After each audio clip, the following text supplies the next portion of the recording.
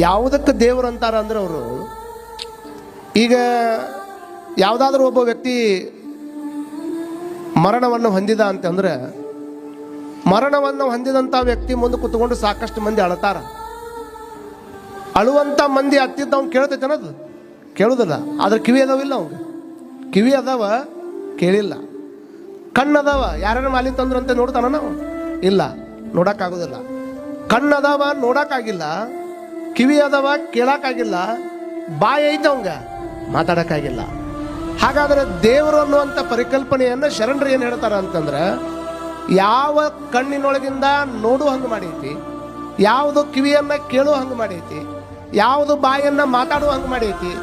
ಅವಂಗ ಕಣ್ಣೂ ಐತಿ, ಕಿವಿನೂ ಐತಿ, ಬಾಯಿನೂ ಐತಿ, ಮೂಗು ಐತಿ, ಎಲ್ಲ ಐತಿ. ಆದ್ರೆ ಅವು ಯಾವ ವರ್ಕ್ ಆಗಕತ್ತಿಲ್ಲ. ಜೀವ ಹೋದ್ಮೇಲೆ ಯಾರಿಗಿರಕತ್ತೇನೋ ವರ್ಕ್, ಯಾರಿಗೂ ವರ್ಕ್ ಆಗೋದಿಲ್ಲ. ಹಾಗಾದ್ರೆ ದೇವ್ರು ಅಂತ ಎದಕ್ಕಂತಾರಪ್ಪ ಬಸವಣ್ಣನವರು ಅಂತಂದ್ರೆ, ಕಣ್ಣು ನೋಡುವ ಹಂಗ, ಕಿವಿ ಕೇಳುವ ಹಂಗ, ಬಾಯಿ ಮಾತಾಡುವ ಹಂಗ, ದೇಹ ಚಲನೆ ಮಾಡುವ ಹಂಗ ಒಳಗೊಂದೇನು ಚೈತನ್ಯ ಶಕ್ತಿ ಐತಲ್ಲ, ಅದ ನಮ್ಮ ನಿಜವಾದ ದೇವರು ಅನ್ನುವಂಥದ್ದನ್ನ ಅಪ್ಪ ಬಸವಣ್ಣನವ್ರು ನಮ್ಗೆ ಹೇಳ್ಕೊಂತ ಬರ್ತಾರೆ. ಬರೇ ಉಪ್ಪು ಬಿಟ್ರೆ, ತುಪ್ಪ ಬಿಟ್ರೆ, ಸೊಪ್ಪು ಬಿಟ್ರೆ ಪರಮಾತ್ಮ ಒಲೆಯಂಗಿಲ್ಲ. ಅವನ ಹೆಸರಿನಾಗ ಉಪ್ಪು ಬಿಡೋದಾಗ್ಲಿ, ತುಪ್ಪ ಬಿಡೋದಾಗ್ಲಿ, ಸೊಪ್ಪು ಬಿಡೋದಾಗ್ಲಿ, ಇದನ್ನು ಮಾಡೋದಕ್ಕಿಂತ ಪೂರ್ವದೊಳಗೆ ಮಾಡಿರುವಂತ ತಪ್ಪನ್ನ ಬಿಟ್ಟು ಪರಮಾತ್ಮನ ಹತ್ರ ಹೋದ್ರೆ ಆತ ಒಲಿತಾನ ಅನ್ನುವಂಥದ್ದನ್ನ ನಾವೆಲ್ಲರೂ ತಲೆಯಾಗಿ ಇಟ್ಕೊಳ್ಬೇಕಾಗ್ತದೆ. ದೇವರ ಹೆಸರಿನೊಳಗೆ ಕೇಶವನ್ನ ತೊರೆದವ್ರು ಬಹಳ ಮಂದಿ ಅದಾರ, ವೇಷವನ್ನ ತೊರೆದವ್ರು ಬಹಳ ಮಂದಿ ಅದಾರ. ಕೇಶ ಅಂದ್ರೆ ತಲೆ ಮೇಗಿನ ಕೂದಲ ತೆಗೆದು ಬರ್ತಾರ, ಇನ್ನು ಕೆಲವು ಮಂದಿ ಬಟ್ಟೆಯನ್ನು ತೆಗೆದು ಅಡ್ಡಾಡ್ತಾರ. ಕೇಶ ತೊರೆದವ್ರದಾರ, ವೇಷ ತೊರೆದವ್ರದಾರ, ರೋಷವನ್ನ ತೊರೆದವ್ರದಾರ.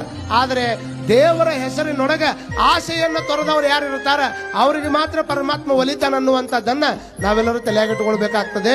ಪರಮಾತ್ಮನ ಹತ್ರ ಬೇಡುವಂತ ಪ್ರಯತ್ನವನ್ನು ಮಾಡಕ್ ಹೋಗ್ಬೇಡ್ರಿ. ಏನು ಕೊಟ್ಟಾನ ಅದನ್ನು ನೆನೆಸ್ಕೊಳ್ಳುವಂತ ಪ್ರಯತ್ನವನ್ನು ಮಾಡಬೇಕು. ಪ್ರತಿಯೊಂದು ಕಾಣುವಂತ ವಸ್ತುವಿನಲ್ಲಿನೂ ಭಗವಂತನನ್ನ ಕಾಣುವಂತ ಪ್ರಯತ್ನವನ್ನ ನಾವೆಲ್ಲರೂ ಮಾಡ್ಬೇಕಾಗ್ತದೆ. ಇವತ್ತಿಗೂ ಸಹಿತ ಕಂಬಳಿ ಒಳಗೆ ಎಷ್ಟು ಒಂದು ದೊಡ್ಡ ಶಕ್ತಿ ಇಟ್ಟಾರ ಅಂದ್ರೆ, ಈಗ ಸದಾಶಿವಮೂರ್ತಿ ಅವ್ರ ಬಗ್ಗೆ ಹೇಳಿದ್ರು, ಅಂಬಳಿ ಕಂಬಳಿ ಆಸ್ತಿ ಮಿಕ್ಕಿದ್ದೆಲ್ಲ ಜಾಸ್ತಿ. ಇದನ್ನ ಮಹಾತ್ಮರು ಹೇಳ್ಯಾರ. ನಾವು ಹಂಗಂತೀವನ್ನ ಇಲ್ಲಿ ಕುಂತವ್ರು ಯಾರ ಅಂಬಲಿ ಕಂಬಳಿ ಅಷ್ಟ ಸಾಕಪ್ಪ, ಉಳ್ಕಿದ್ ಯಾವ್ದು ಬೇಡ ಅಂತೀವನ್ ನಾವು. ಅವ್ರು ಅದಷ್ಟ ಬೇಕು, ಉಳ್ಕಿದ್ದೆಲ್ಲ ಜಾಸ್ತಿ ಅಂದಿದ್ದಕ್ಕ ಅವ್ರ ಮಹಾತ್ಮರಾಗ್ಯಾರ. ನಾವು ಯಾರು ಬಿಟ್ಟು ಉಳ್ಕಿದ್ದೆಲ್ಲ ನಮಗ ಬರಲಿ ಅಂದಿದ್ದಕ್ಕೆ ನಾವಿನ್ನು ಬಡವರಾಗೆ ಕುಂತೀವಿ ಅನ್ನುವಂಥದ್ದನ್ನ ನಾವೆಲ್ಲರೂ ತಲೆಯಾಗಿಟ್ಕೊಳ್ಬೇಕಾಗ್ತದೆ. ನಮ್ಗೆ ಈ ಕಂಬಳಿ ಎಲ್ಲರ ಮನೆಯಾಗ ಅದಾವ, ಎಲ್ಲರ ಮನೆಯಾಗ ಅದಾವ ಕಂಬಳಿ. ರೊಕ್ಕ ಕೊಟ್ರೆ ಇನ್ನೂ 10 ಕಂಬಳಿ ತಗೊಂಡ್ಬರಕ್ ಬರ್ತದೆ. ಆದ್ರೆ ಕಡಾದ ಮುತ್ಯನ ಕಂಬಳಿಗೆ ಯಾಕೆ ಬೆಲೆ ಐತೆ ಅಂತಂದ್ರೆ, ಈ ಕಂಬಳಿ ಒಳಗೆ ಎಲ್ಲಾರು ಮಾಡಿರುವಂತ ಭಕ್ತಿ ಇಟ್ಟಿಲ್ಲ ಮುತ್ಯ. ಈ ಕಂಬಳಿ ಒಳಗೆ ನಂದೇಶ್ವರದ ಗ್ರಾಮದವ್ರು ಏನೋ ಬೇಡಿದ್ರು ಕೊಡುವಂತ ತಾಕತ್ತನ್ನು ತುಂಬಿ ಈ ಕಂಬಳಿ ಒಳಗೆ ಇಟ್ಟ ಅನ್ನೋ ಕಾರಣಕ್ಕೆ ಈ ಕಂಬಳಿಗೆ ಇಟ್ಟಕೊಂಡ ಬೆಲೆ ಬಂತೆ ಹೊರತಾಗಿ ಮತ್ತೊಂದು ಕಾರಣಕ್ಕಲ್ಲ. ಎದಕ್ಕೆಲ್ಲ ದೇವ್ರ ಪೂಜೆ ಮಾಡೋಕ್ಕಿಂತ ಮುಂಚೆಕ್ಕೆ ಕಂಬಳಿ ಸೇವಾ ಮಾಡೋದಪ್ಪ. ಈಗ ಅದ್ರೊಳಗೆಲ್ಲ ಹೇಳ್ತಾರ, ಯಾರು ಏನು ಕೇಳಿದ್ರು ಸಹಿತ ಕಲ್ಲಿದ್ದು ಕಲ್ಲು ತಗೊಂಡು ಒಳಗೆ ಹಾಕಿದ್ರೆ, ಮಣ್ಣಿದ್ದು ಮಣ್ಣು ತಗೊಂಡು ಒಳಗೆ ಹಾಕಿ ಕಂಬಳಿ ಅಳಿಗಾಡಿಸಿ ಕೊಟ್ಟು ಬಿಟ್ರೆ ಅವ್ರಿಗೆ ಏನು ತಿನ್ನಾಕ್ ಬೇಕಾಗಿರ್ತಿದ್ವು ಅಂತವೆಲ್ಲ ಈ ಕಂಬಳಿ ಸಿಗ್ತಿದ್ವು ಅಂತಂದ್ರೆ, ಕಂಬಳಿ ಅಲ್ಲಿದು ಇದು ನಂದೇಶ್ವರ ಗ್ರಾಮದ ಧರ್ಮದ ಹೊದಿಕೆ ಇರ್ಬೇಕು. ಇದಕ್ಕೆ ಬರೀ ಕಂಬಳಿ ಎಲ್ಲ ಅಷ್ಟ ಅನ್ನಂಗಿಲ್ಲ. ಇದಕ್ಕೆ ಈ ಜಗತ್ತಿನೊಳಗೆ ಅತಿ ದೊಡ್ಡವ್ರಂತ ಯಾರಿಗಂತಾರ ಅಂತಂದ್ರೆ, ರೊಕ್ಕ ಇದ್ದವ್ರಿಗೆ, ದೊಡ್ಡ ಬಂಗ್ಲಾ ಇದ್ದವ್ರಿಗೆ, ಸಿಕ್ಕಾಪಟ್ಟಿ ಆಸ್ತಿ ಇದ್ದವ್ರಿಗೆ, ಬ್ಯಾಂಕ್ ಬ್ಯಾಲೆನ್ಸ್ ಇದ್ದವ್ರಿಗೆ ದೊಡ್ಡವ್ರ ಅನ್ನಕ್ ಆಗೋದಿಲ್ಲ. ಯಾವ ವ್ಯಕ್ತಿ ತೆಳಗೆ ಬಿದ್ದಾನ, ತೆಳಗೆ ಬಿದ್ದು ನಡಿಲಾರದಂತ ಪರಿಸ್ಥಿತಿ ಒಳಗದಾನ, ಅವನು ಹೊಟ್ಟಿಗೆ ಒಂದು ತೊಟ್ಟು ಅನ್ನ ಕೊಟ್ಟು ಹೊಳ್ಳಿ ನಡೆಯುವಂಗ ಮಾಡಿ ಅವನ ಜೀವನದಾಗ ಮೆಟ್ಟಿಗೆ ಹಚ್ಚವ್ರು ಯಾರದಾರ ಅವ್ರ ಜಗತ್ತಿನ ನಂಬರ್ 1 ಶ್ರೀಮಂತರಕ್ಕರ್ ಅನ್ನುವಂಥದ್ದು ನಾವೆಲ್ಲರೂ ತಲೆಯಾಗಿಟ್ಕೊಳ್ಬೇಕು.